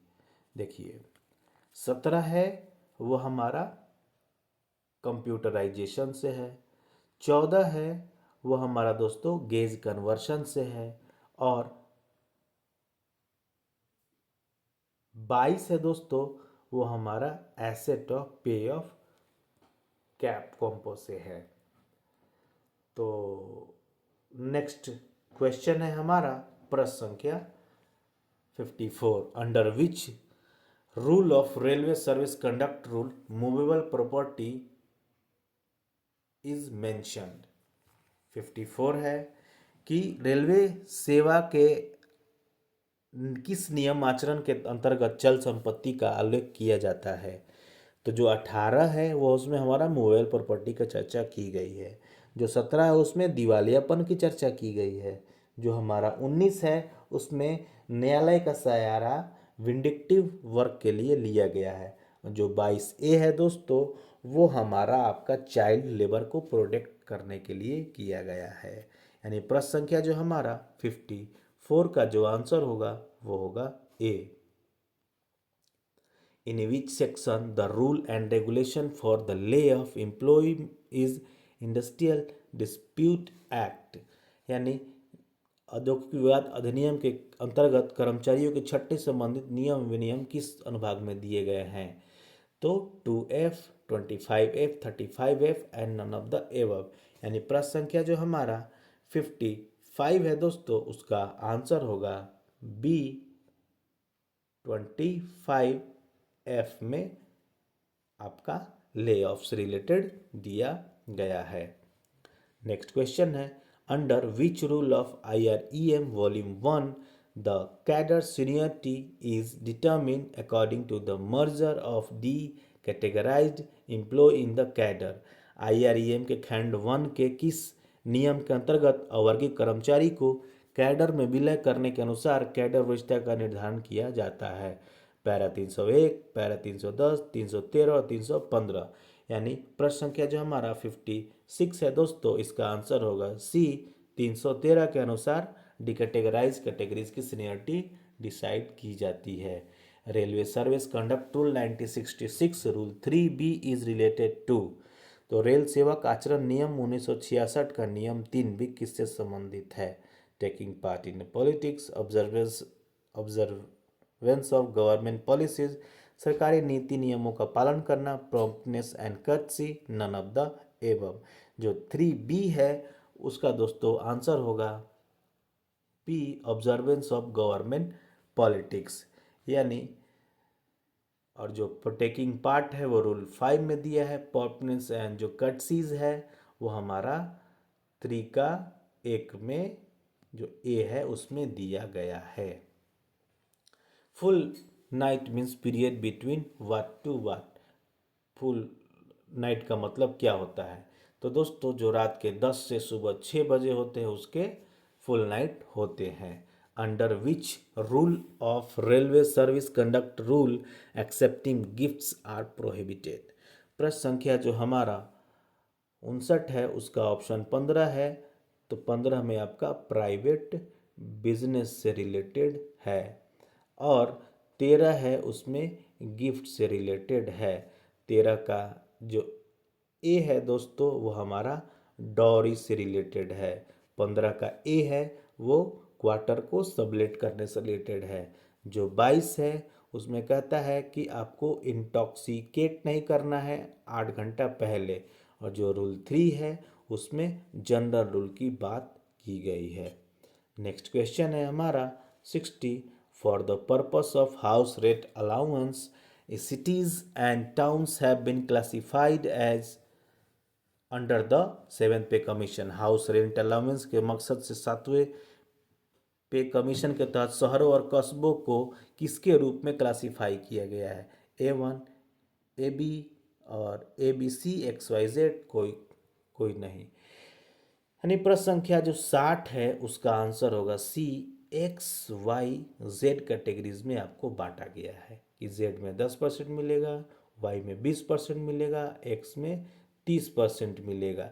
ये दोस्तों शहरों की पॉपुलेशन पर डिपेंड की जाती है। यात्री सुविधाएं किस प्लान हेड के अंतर्गत आती है। यानी पैसेंजर अमेनिटीज़ की बात की गई है 21, 53, 41 एंड 31। यानी प्रश्न संख्या जो हमारा 61 है दोस्तों इसका आंसर होगा बी 53 में पैसेंजर एमेनिटीज़ की बात की गई है। नेक्स्ट क्वेश्चन है as per HOER rules classification of matron is. Option है intensive, continuous, excluded and essential intermediate. प्रश्न संख्या जो हमारा 62 का जो आंसर होगा वो होगा सी मैट्रन्स या जो हेल्थ वर्कर है ये सुपरवाइजरी कैटेगरी है, हमारे एक्सक्लूडेड में आता है। कंटिन्यूअस में हमारे रनिंग स्टाफ और क्लरिकल स्टाफ आते हैं। इसेंशियल इंटरमीडिएट में हमारा गेटमैन, केयर टेकर, ये सारे लोग आते हैं। और एक्सक्लूडेड में हेल्थ वर्कर, टीचर, ये लोग भी आते हैं। नेक्स्ट क्वेश्चन है, in which article of constitution the principle of natural justice mention, Bharat संविधान के किस अनुच्छेद में प्राकृतिक न्याय के सिद्धांत का उल्लेख किया गया है? 315, 301, 312 और 311 का 2, यानी प्रश्न संख्या जो हमारा 63 है दोस्तों, इसका आंसर होगा डी। प्राकृतिक न्याय का सिद्धांत होता है, वो होता है जैसे मान लीजिए कि अगर मुझे पर आरोप लगा है तो मैं ही उस का न्याय नहीं कर सकता है, ये वही कहता है। नेक्स्ट क्वेश्चन है, when the sexual harassment of women at work place past, कार्यस्थल पर महिलाओं के यौन उत्पीड़न अधिनियम कब पारित हुआ? 2014, 12, 15 and none of the above, यानी प्रश्न संख्या जो 64 का जो आंसर होगा दोस्तों वो होगा बी, 12 में पास हुआ था और मार्च में इनेक्ट हुआ था और इन्फोर्स हुआ था दिसंबर 2013 में। नेक्स्ट क्वेश्चन है 65, on boarding module in HRMS is related to which activity of Indian railways. HRMS में on boarding module Bharat railway की किस गतिविधियों से संबंधित है? Formalities related with retiring employees, transfer related with new joining in Indian railway, related with post retirement complimentary pass. जो on boarding होता है दोस्तों ये पहले प्राइवेट सेक्टर में किया जाता था। उसमें क्या होता था कि नई कैंडिडेट्स को सारी डिटेल्स ऑनबोर्डिंग कराई जाती थी, यानी प्रश्न संख्या 65 का जो आंसर होगा C, related with joining of new joining in Indian railways. The family of a railway servant who dies during service may be allowed to retain railway accommodation for how many months on normal rent. Railway कर्मचारी की सेवा के दौरान मृत्यु हो जाने पर उसके परिवार को सामान्य किराए पर कितने महीने तक रेलवे आवास रखने की अनुमति दी जा सकती है? 8 महीने, 12 महीने, 18 महीने और 24 महीने, यानी प्रश्न संख्या जो हमारा 66 का जो आंसर होगा वो होगा दोस्तों डी, 24 महीने तक आवास रखने की अनुमति दी जाती है। नेक्स्ट क्वेश्चन है हमारा 67, application submit for settlement should be submitted within how many from the date of retirement। सेवानिवृत्ति मृत्यु की तिथि से कितने दिनों के भीतर निपटान पास के लिए आवेदन जमा किए जाना चाहिए? 60 डेज, 6 महीने, 8 महीने और 1 साल, यानी प्रश्न संख्या जो हमारा 67 का जो आंसर होगा दोस्तों वो होगा डी, 1 वर्ष। नेक्स्ट क्वेश्चन है, a railway servant can opt AILTC once every for how many years. एक रेलवे कर्मचारी हर कितने वर्षों में एक बार AILTC का विकल्प चुन सकता है? 2 वर्ष, 3 वर्ष, 4 वर्ष एंड 5 वर्ष। प्रश्न संख्या 68 का जो आंसर होगा वो होगा सी, 4 वर्ष। नेक्स्ट क्वेश्चन है हमारा 69, which penalty may be given to railway employees when he is caught up misusing pass PTOs। Railway कर्मचारी को पास ड्यूटी का दुरुपयोग करते पकड़े जाने पर क्या दंड दिया जा सकता है? देखिए, पास अगर दंड होगा तो आपका ये GM पर अथॉरिटी होता है, सीधे उससे रिमूव फ्रॉम सर्विस किया जाता है, यानी प्रश्न संख्या 69 का आंसर है डिसमिसल और expulsion, demotion, economic penalty and none of the above, यानी प्रश्न संख्या 69 का जो आंसर होगा वो होगा ए, बर्खास्तगी या निष्कासन। on the loss of all India bronze medal pass how much penalties may be imposed। All India bronze medal pass रद्द होने पर कितना जुर्माना लगाया जा सकता है? तो दोस्तों प्रश्न संख्या 70 का जो ऑप्शन है 17,449, 49, 4,960, 26,113 और इनमें से कोई नहीं, यानी प्रश्न संख्या जो हमारा 70 का जो आंसर होगा वो होगा दोस्तों 4,960। नेक्स्ट क्वेश्चन है, what is the time allowed for preparatory and complementary work for continuous worker. सतत कार्यकर्ताओं के लिए तैयारी और पूरक कार्य के लिए अधिकतम कितना समय अनुमत है। तो किसके लिए है, ईआई की, कंटिन्यूअस के लिए बात कर रहा है।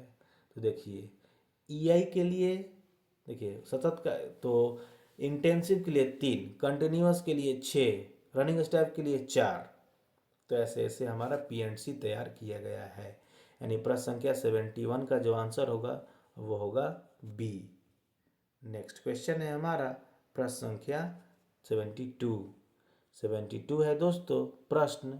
इसमें ये कह रहा है कि any railway servant aggrieved by a decision of regional labour commissioner may before the expiry of 90 days from the date on which the decision of RLC is communicated to him before appeal to how many days who will lapse it after hearing the parties concerned।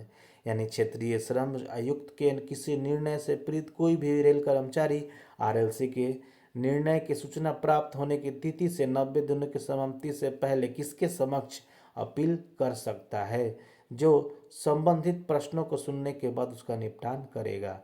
Ministry of labour, railway board, president of India and railway ministry. यानी प्रश्न संख्या जो 72 का जो answer होगा वो होगा ए, ministry of labour. अगला प्रश्न है 73, who is the competent authority to approve CG appointment to married doctors, GM, PCPO, DRM and none of the above. यानी प्रश्न संख्या जो 73 का जो आंसर होगा वो होगा दोस्तों सी। अब डीआरएम को हो गया है, पहले ये जीएम के पास पावर थी। In case of illegal strikes, the absence of employees concerned tantamount to a break in service and cannot be condoned without sanction of whom। अवैध हड़तालों की स्थिति में संबंधित कर्मचारी की अनुपस्थिति को सेवा में व्यवधान के समान मानी जाएगी और किसकी स्वीकृति के बिना इसे माफ नहीं किया जा सकता है। DRM, PHOD, GM and president of India. यानी प्रश्न संख्या 74 का जो आंसर होगा वो दोस्तों प्रेसिडेंट ऑफ इंडिया।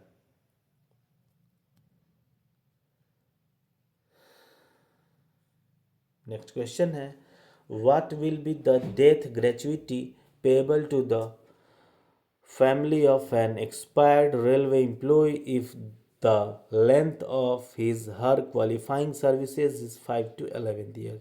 यदि किसी रेलवे कर्मचारी की सेवा अवधि 5 से 11 वर्ष के बीच है, उसकी मृत्यु हो गई है, तो उसके परिवार को दे ग्रेचुइटी कितनी होगी। जैसा कि हम लोगों ने बात किया था, तो ग्रेचुइटी होती है उसके अगले वर्षों जो लास्ट होता है, यानी उसका नियम था जैसे हमने बताया था कि 1 से कम है तो 2 गुना होगा, 1 से 5 के बीच में है तो 6 गुना होगा, 5 से 11 के बीच में है तो 12 गुना होगा, और 11 से फिर 20 गुना, फिर आपका होगा 33 गुना मैक्सिमम। यानी प्रश्न संख्या जो हमारा 75 का जो आंसर होगा वो होगा सी। अगला प्रश्न है 76, if the distance between old headquarter and new headquarter is more than 2000 km and the travel is permitted by air, the joining admissible is day। पुराने मुख्यालय और नए मुख्यालय के बीच की दूरी 2000 किलो से अधिक है और हवाई यात्रा की अनुमति है तो स्वीकार जुड़ाव समय यानी ज्वाइनिंग टाइम कितना दिन होगा। देखिए 1000 के लिए तो आपको 10 दिन का दिया जाता है, 1000 से आपका 2000 के बीच में है तो 15 दिन के लिए दिया जाता, 12 दिन के लिए दिया जाता है, और 2000 से अधिक है आपको तो 15 दिन के लिए देता है। लेकिन जहाँ एयर ट्रैवल आपको परमिटेड है तो उसमें कंडीशन में आपको 12 दिन का दिया जाएगा। यानी प्रश्न संख्या जो हमारा 76 का जो आंसर होगा वो होगा सी, 12 दिन। नेक्स्ट क्वेश्चन है हमारा 77, in IREC Volume 1. SBF matter is available at IREC Volume 1 में SBF मैटर उपलब्ध है। चैप्टर 5 में लीव रूल है। चैप्टर 6, चैप्टर 7, चैप्टर 8, यानी प्रश्न संख्या 77 का जो आंसर होगा वो होगा दोस्तों 8। अगर आपको SBF से रिलेटेड कोई भी जानकारी चाहिए तो प्लेलिस्ट में वीडियो पड़ा हुआ है, आप देखेंगे, आपकी सारी जानकारी एग्जाम ओरिएंटेड तैयारी करा दी जाएगी। इसलिए कराई गई दोस्तों कि आपका कोई भी प्रश्न छूटे ना, ये सारी चीज़ें आपको ध्यान में रखी गई है।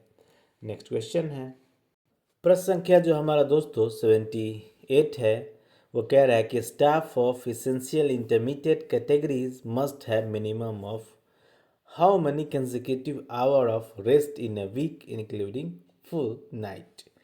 आवश्यक अंतरायिक श्रेणी के कर्मचारियों को एक सप्ताह में कम से कम कितने लगातार घंटों का आराम मिलना चाहिए जिससे पूरी रात का आराम शामिल है। 24 घंटे, 6 घंटे, 12 घंटे और 48 घंटे। यानी प्रश्न संख्या जो हमारा 78 है दोस्तों, इसका आंसर होगा ए 24 घंटे। एज पर OPS यानी old pension schemes, the commuted amount of pension shall be restored on the completion of how many years from the date of commutation of pension. OPS के अनुसार पेंशन की परिवर्तित राशि pension के परिवर्तित होने की तिथि से कितने वर्ष के पूरे होने पर बहाल कर दी जाएगी। ऑप्शन है 10 वर्ष, 12 वर्ष, 15 वर्ष एंड 20 वर्ष। यानी प्रश्न संख्या जो 79 का जो आंसर होगा वो होगा दोस्तों 20 वर्ष। Composite transfer grant shall be admissible in case of administrative transfer, spouse ground transfer और म्यूचुअल ट्रांसफर, टेम्पोररी ट्रांसफर। यानी प्रश्न संख्या जो हमारा 80 है उसका ऑप्शन है 1 और 2, 1 एंड 4, 1 ओनली एंड 2 एंड 4। यानी प्रश्न संख्या जो हमारा 80 का आंसर होगा वो होगा सी ओनली 1। Only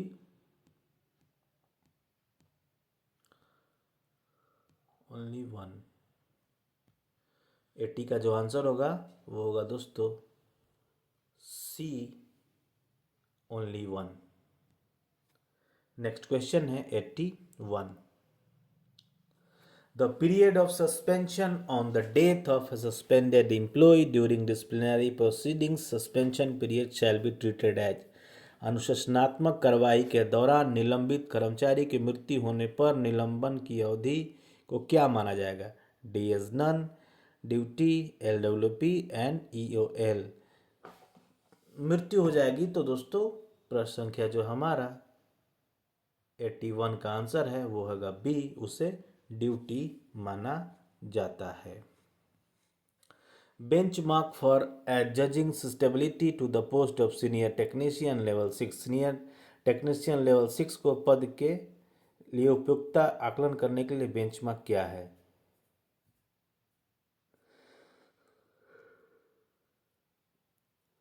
7, 6, 8 and 12।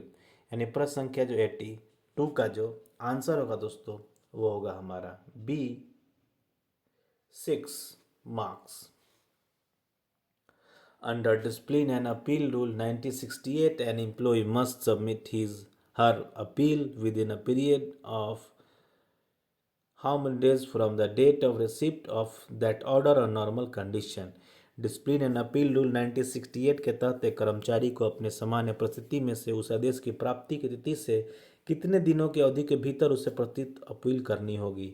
ऑप्शन है 10 days, 30 days, 45 days and 90 days. देखिए दोस्तों क्या होता है, जब आप डिसिप्लिन एंड अपील रूल 1968 पढ़ेंगे तो उसमें अपील की जो चर्चा की गई है वो आपका 17 और 18 में की गई है। 17 में आप अपील नहीं कर सकते हैं और 18 में आप अपील कर सकते हैं। और जो टाइम लिमिट की बात की गई है वो दोस्तों आपका सेक्शन 20 में किया गया है कि आप 45 डेज के अंदर कोई अगर पेनल्टी इम्पोज होती है तो उस कंडीशन में आपको अपील करना है। लगता है आपके साथ न्याय नहीं हुआ है, आपको गलत पेनल्टी इम्पोज की गई है तो आप अपील कर सकते हैं। नेक्स्ट क्वेश्चन है, what does the rule 9 of railway service conduct rule deals with. Criticism of government, participation in politics, acceptance of gifts and dowry. यानी प्रश्न संख्या जो हमारा 84 का आंसर होगा वो होगा ए, क्रिटिसिज्म ऑफ गवर्नमेंट रूल 9 को बताता है। पार्टिसिपेशन इन पॉलिटिक्स रूल 5 है। एक्सेप्टेंस ऑफ गिफ्ट्स रूल 13 है। और डॉरी के बारे में रूल 13 ए बताता है दोस्तों। नेक्स्ट क्वेश्चन है 85, full form of CRIS, centre for railway information system, centralised, यानी प्रश्न संख्या 85 का जो आंसर होगा वो होगा D, centre for railway system, centre for railway information system. Next question है maximum how many times is partial withdrawal allowed under NPS during the entire service. NPS के तहत पूरी सेवा अवधि के दौरान आंशिक निकासी का अधिकतम कितनी बार अनुमति है? नॉन लिमिट, वंस, ट्वाइस और थ्राइस। यानी प्रश्न संख्या जो 86 होगा दोस्तों, इसका आंसर होगा डी, 3 बार निकाल सकते हैं 5 साल की अवधि में और 3 साल के सेवा के।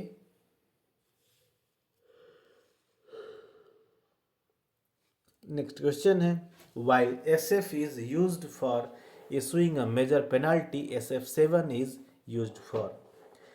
SF5 का प्रयोग गंभीर दंड जारी करने के लिए किया जाता है, जबकि SF7 का तो इंक्वायरी ऑफिसर का अपॉइंटमेंट करने के लिए। यानी प्रश्न संख्या जो 87 का जो आंसर होगा वो होगा B, revocation of penalty SF4 होता है दोस्तों। Issuing a minor penalty SF11 होता है।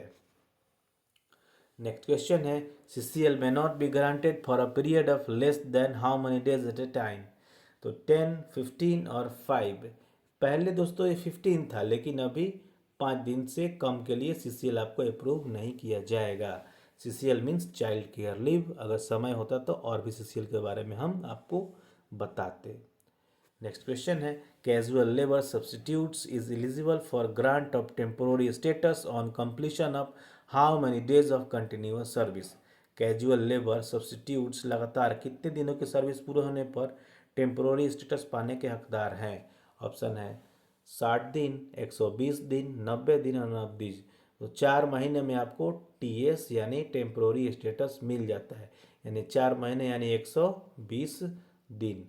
अगला प्रश्न है in case of single female railway servant the maximum number of spell for grant of CCL per calendar year shall be limited to. किसी एकल महिला रेल कर्मचारी के मामले में प्रति कैलेंडर वर्ष CCL प्रदान करने का अधिकतम सीमित कितनी होगी? तो CCL सिंगल फीमेल, देखिए नॉर्मल कंडीशन में तो 3 होता है, लेकिन जहाँ सिंगल फीमेल दिव्यांग लगा दिया तो वहाँ 6 होगा। यानी प्रश्न संख्या 90 का जो आंसर होगा वो होगा ए। अगला प्रश्न है दोस्तों 91, trade apprentice can be granted leave on half stipend pay on medical certificate for period not exceeding how many days per year. Trade apprentice को मेडिकल सर्टिफिकेट के आधार पर प्रति वर्ष कितने दिनों की अवधि के लिए आधे वजीफे पर अवकाश दिया जा सकता है? ऑप्शन है 15, 13, 12 और 10। यानी प्रश्न संख्या 92 का आंसर होगा वो होगा सी, 12। और फुल के लिए 8 दिन का दिया जा सकता है। अगला प्रश्न होगा दोस्तों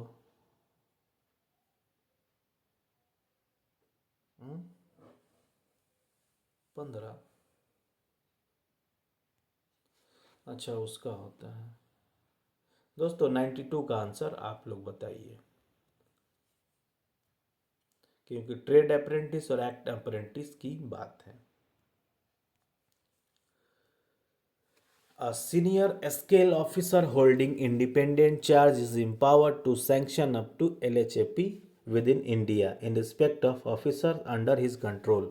स्वतंत्र प्रभार रखने वाले वरिष्ठ स्तर के अधिकारी को अपने नियंत्रण में कार्यरत अधिकारियों के संबंध में भारत के भीतर अधिकतम कितने दिनों के लिए LHAP स्वीकृत करने का अधिकार है? 15, 21, 30 और 45। प्रश्न संख्या जो हमारा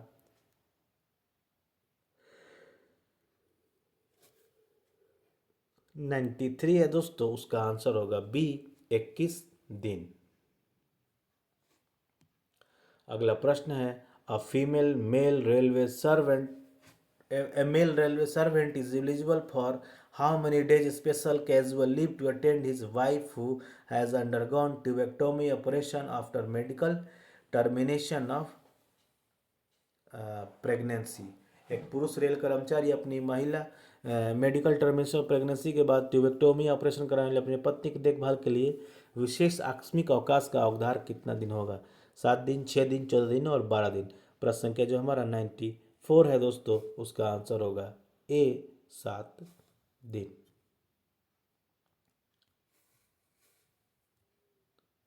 The maximum limit up to SCL days, how many can be sanctioned to railway employees for participation in sports event national and international importance? राष्ट्रीय एवं अंतर्राष्ट्रीय महत्व के खेल आयोजनों में भाग लेने के लिए रेलवे कर्मचारियों को अधिकतम कितने दिनों की SCL स्वीकृत की जा सकती है?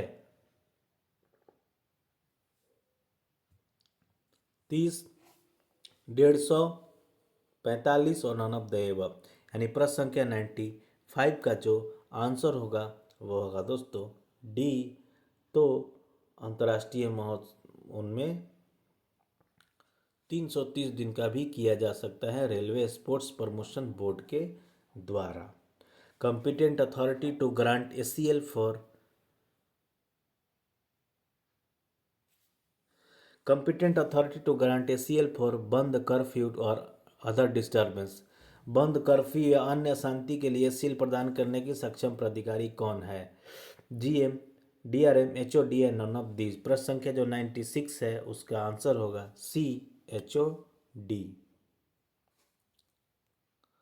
नेक्स्ट क्वेश्चन है दोस्तों, a kind of leave applied for and sanction can be altered and converted at the written request of the employee within how many days after start of leave?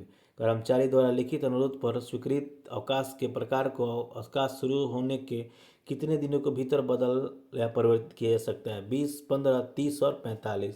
यानी 97 का जो आंसर होगा वो होगा दोस्तों सी 30 days।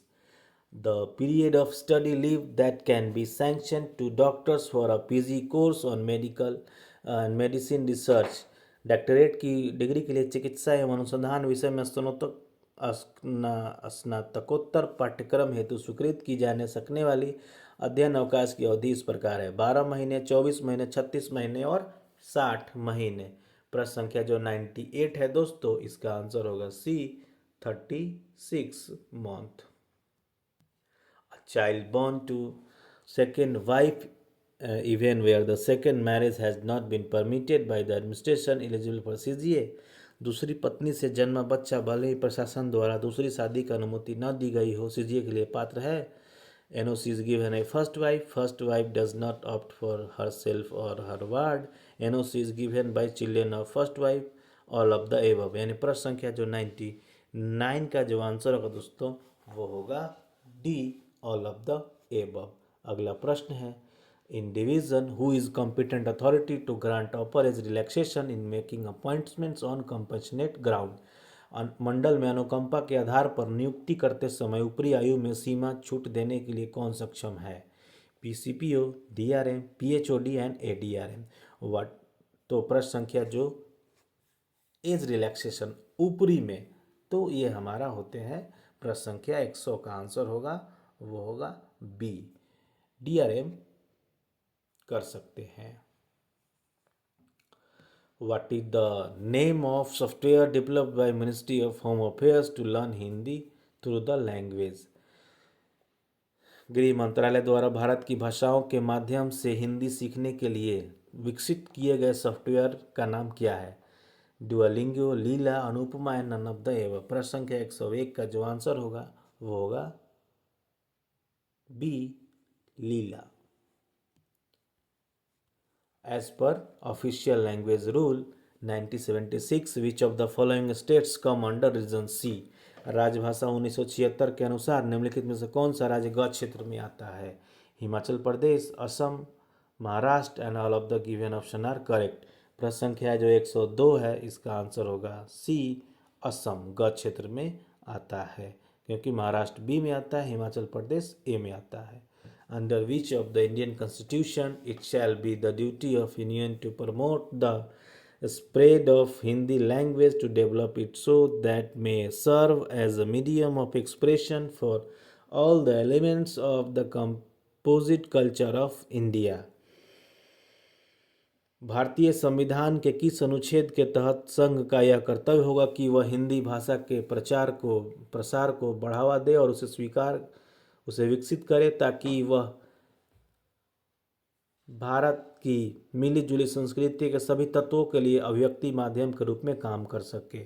प्रश्न संख्या का 103 का ऑप्शन है 355, 342, 351 and none of the above. यानी प्रश्न संख्या जो हमारा 103 है दोस्तों, उसका आंसर है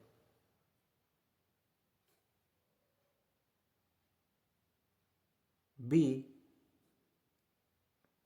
सी 351 में बढ़ावा दिया गया है। 104 The section of official language rule 1963 where under central government is empowered to make a rule for official language।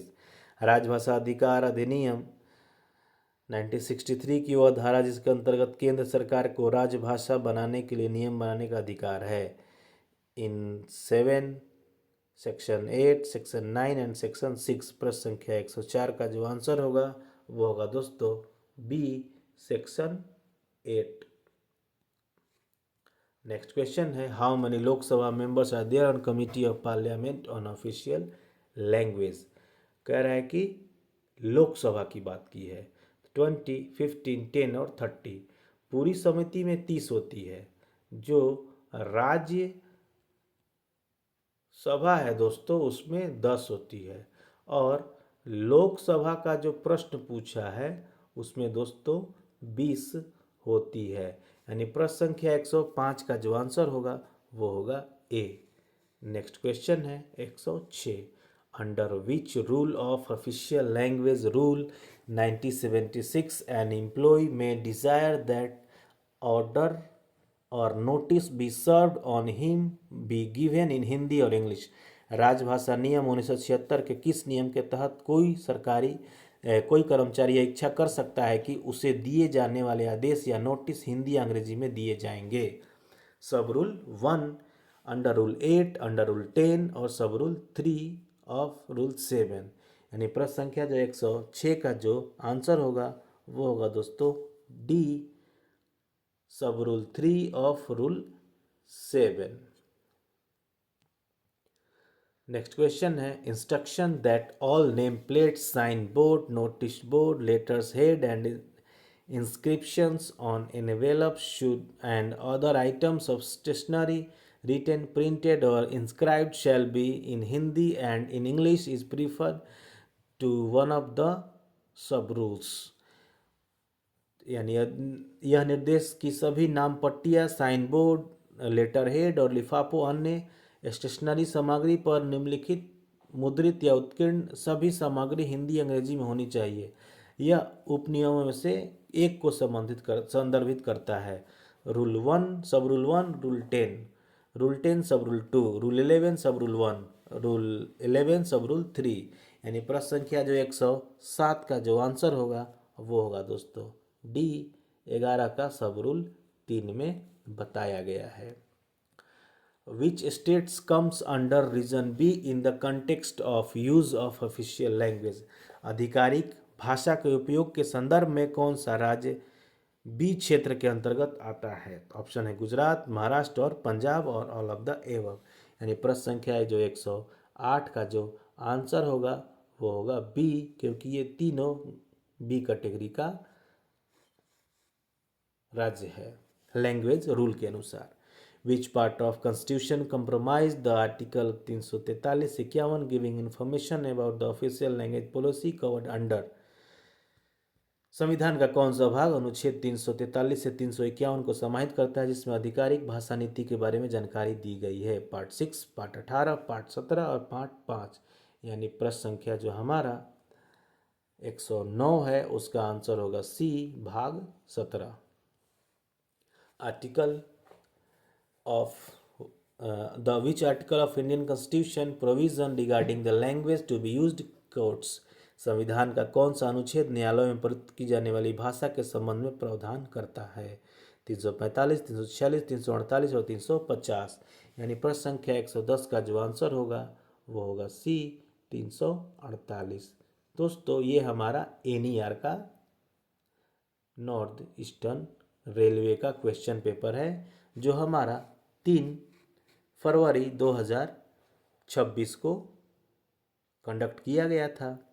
LDC 35% Kota है। आपको वीडियो अच्छा लगे तो लाइक शेयर सब्सक्राइब करें। जो भी त्रुटियां हैं उसमें आप कमेंट कर सकते हैं। मिलते हैं अगले वीडियो में, तब तक के लिए नमस्कार, धन्यवाद। और जो बचे हुए उस प्रश्न को जरूर आप कमेंट करें। धन्यवाद।